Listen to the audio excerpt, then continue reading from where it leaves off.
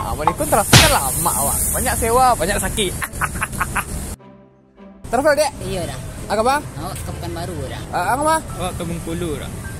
Bengkulu, Pekanbaru sama. Nenek. Kita travel ke mana? Ikut travel ke Padang mah. Intinya beko kalian lihat Padang beko mah Pekanbaru, Bengkulu ke Pontianak lihat Padang intinya. Lah. Oh, lalu barang air lah. Lalu je kerajo. Lepas dulu dah. Man cari penumpang payah lo guys. Sebanyak kurang saja penumpang lah kau mah. Bang geser bang. Tidak. Isu tu 8 orang ya dah.